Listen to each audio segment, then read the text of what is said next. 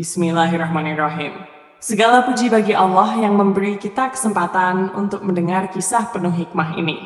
Sholawat dan salam semoga selalu tercurah kepada Nabi Muhammad SAW.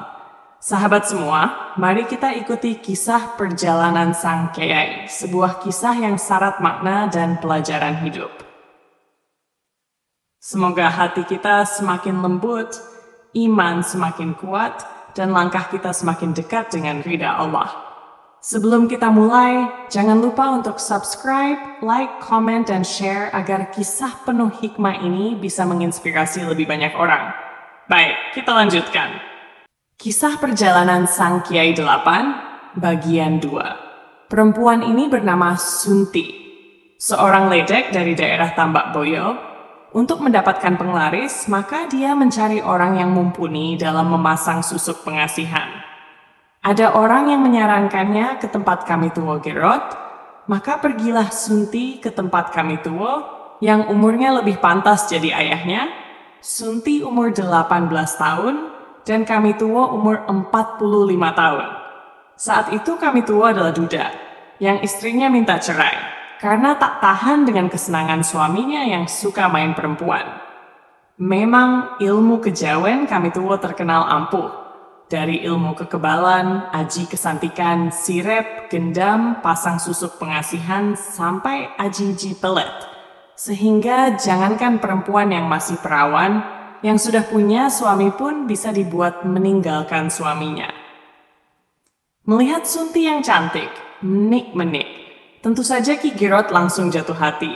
Maka ketika tahu gadis itu meminta susuk pengasihan, maka Ki Gerot pun memberikan susuk yang terbaik, tapi juga memelet Sunti dengan ilmu pelet yang paling hebat.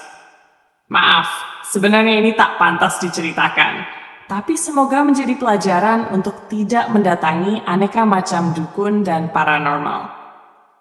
Pelet yang dipakai Ki Gerot adalah kulit kemaluan wanita perawan yang meninggal di Rebuwagi. Jika ada perempuan meninggal di saat itu, maka Ki Gerot malamnya akan membongkar makamnya dan menguliti kemaluannya mayat.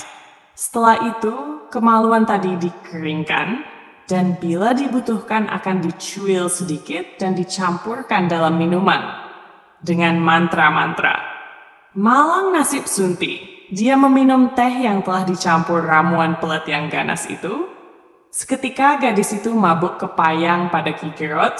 Dia seperti telah minum bergalon arak cinta. Maka ketika Ki Gerot menuntunnya ke kamar dan mengajaknya berzina, Sunti tak kuasa menolaknya. Begitu juga ketika Sunti telah pulang ke rumahnya dan Ki Gerot melamarnya, maka Sunti pun ho-oh aja. Setelah menjadi istri Ki Gerot, Sunti masih menjadi penari ledek karena didukung oleh susuk Ki Gerot yang ampuh. Sunti pun menjadi ledek yang laris dengan bayar tinggi. Dan uangnya semua masuk ke kantong Ki Gerot, membuat orang mendegan. Tapi sesuatu yang dilakukan di luar sunatullah atau aturan hidup yang diatur oleh Sang Pencipta, maka kerusakan. Allah Ta'ala melarang sesuatu, bukan untuk kepentingannya, tapi untuk kehidupan tentram manusia. Sebab sesuatu dilarang itu karena bahayanya lebih besar dari manfaatnya. Seperti memasang susuk karena Allah melarangnya.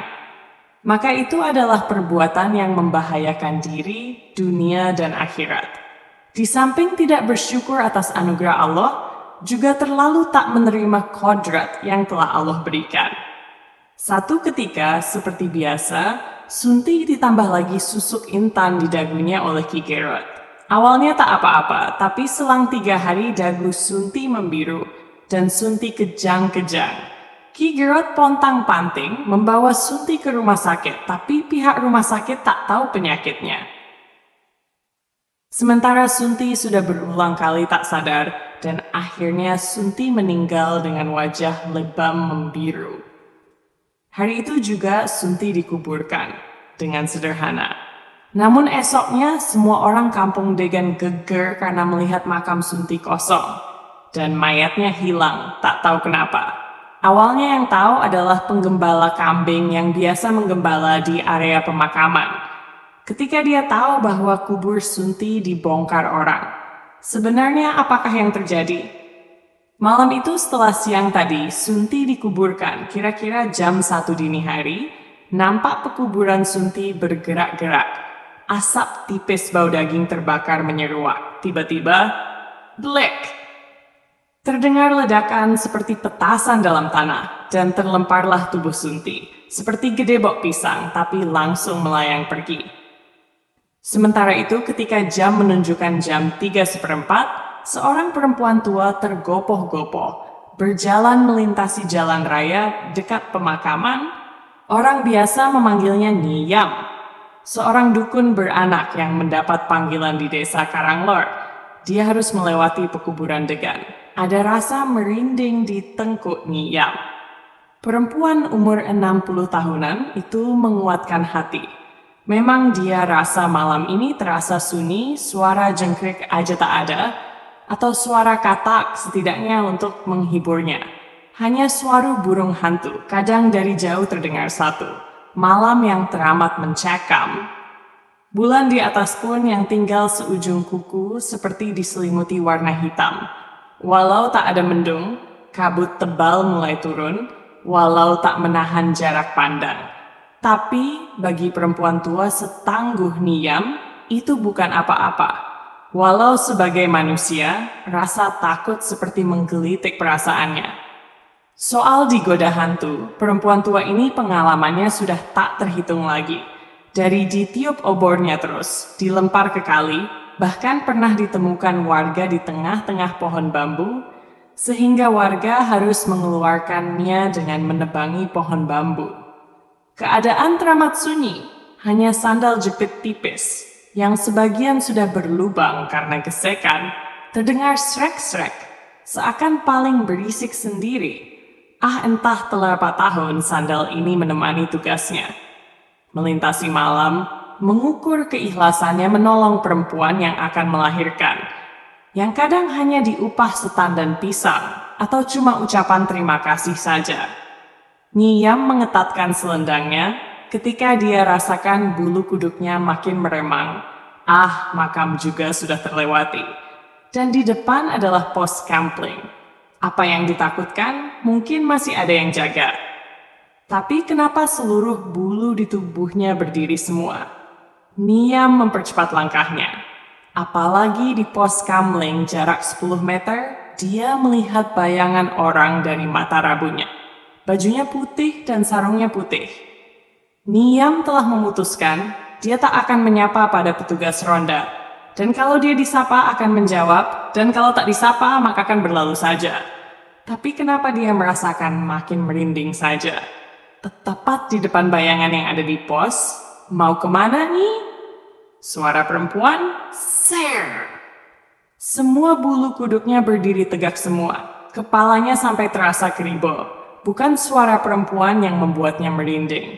Walau itu juga iya, tapi yang lebih membuatnya merinding adalah suara itu seperti suara dari alam lain. Bukan alam ini, tapi alam kegelapan. Siapa kau? Niyam merasakan lidahnya seperti selembar triplex yang diemutnya. Kaku tak bisa digerakkan untuk mengeluarkan ucapan. Perempuan di depannya ini menunduk. Rambutnya gimbal dan masih ada tanah menempel. Sebagian rambut menutupi wajahnya hingga tak terlihat. Hik. Terdengar suara tertawa yang teramat aneh, yang membuat kaki Niyam gemetar. Bahkan kencing pun merembes dari jaritnya ketika bau bangkai menyengat terbawa angin. Bau bangkai orang mati. Walau bagaimana nenek tua ini masih berusaha tabah, untung ia ingat Allah, setidaknya mengurangi ketakutannya. Kau ini siapa, Nduk? Kembalilah ke tempat munduk, kata Niyam yang mulai kuat menahan batinnya. Aku Sunti, Nyai. Aku tak diterima, Nyai. Tolong aku, Nyai. Huhu. Suara perempuan itu mengguguk. Aku tak bisa berbuat apa-apa. Aku ini orang bodoh, kata Niyam kemudian dalam hati membaca ayat kursi berulang-ulang. Aduh, Nyai panas. Aduh, kau apakan aku, Nyai? Perempuan itu menjerit dan tubuhnya seketika melayang ke atas. dan melayang pergi sambil ketawa. Sejak malam itu, rumah Ki Geralt pun diganggu dan diteror Sunti yang kerambiangan. Sampai karena sudah tak kuat, dukun yang anti ngaji itu pun mengundang orang-orang untuk mengaji di rumahnya. Sampai gangguan dari Sunti tiada lagi. Maukah kau kusempurnakan? Tanyaku pada Sunti. Bocah bau kencur, mau melawanku? Aku tanpa kata lagi jariku kuputar, seakan melingkarinya lalu kutulis bak di tengah seketika. Hai, apa yang kau lakukan padaku? Tanyanya, karena tubuhnya terkurung. Lalu kubaca basmalah 3 kali, tahan nafas, kulu sayin halikun illa wajah. Allahu Akbar. Tangan yang telah tersaluri tenaga dari pusarku, ku hantamkan berbareng. Dengan tapak tangan terbuka ke arah Sunti, terdengar ledakan kecil, dan sebuah asap mengepul, bersatu tersedot ke satu titik, lalu lenyap. Mungkin sudah jam 3 pagi, aku segera melesat di atas desaku. Melesat kucepatkan, aku ingin mencoba paling cepat les. Kurasakan aku telah ada dalam tubuhku sendiri. Dan kulihat jam tanganku jam 3:15. Aku menata bantal dan tidur. Pengalaman Rogo Sukmo pertamaku. Lumayan mengesankan.